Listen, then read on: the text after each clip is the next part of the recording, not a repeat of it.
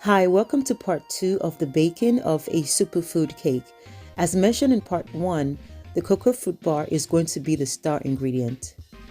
I'm also going to be adding a little bit of the cocoa dynamics powder to give the cake batter a chocolate flavor. I listed all the ingredients in part 1, so make sure you check it out to get the list.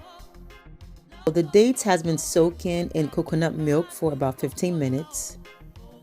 These are also pitted dates, so all the seeds have been removed.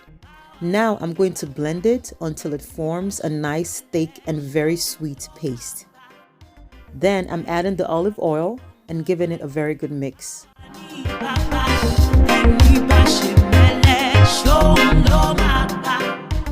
After which I'll be adding the dry ingredients, and as stated, I'm also going to be adding a tablespoon of cocoa dynamics to give the batter a chocolate flavor as well as a rich dark chocolate color.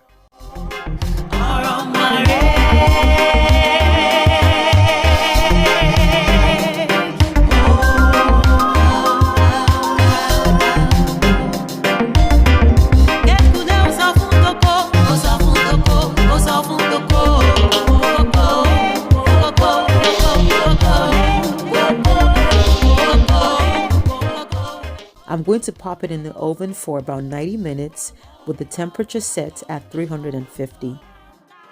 Now the cake is nicely baked, and now I'm going to delicately lay the cocoa fruit chocolate bar on the warm cake.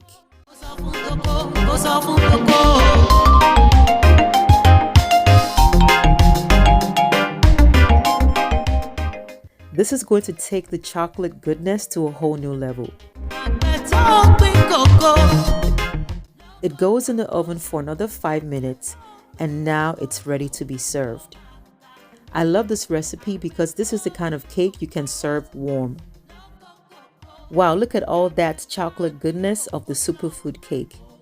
Don't forget that you can save 5% with discount code JanelliaSoul on santabarbarachocolate.com.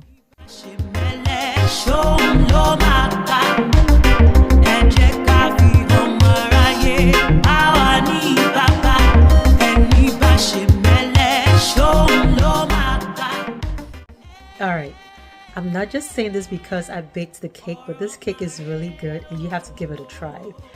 The ingredients are listed below, and make sure you go to Santa Barbara Chocolate to order your chocolate ingredients today.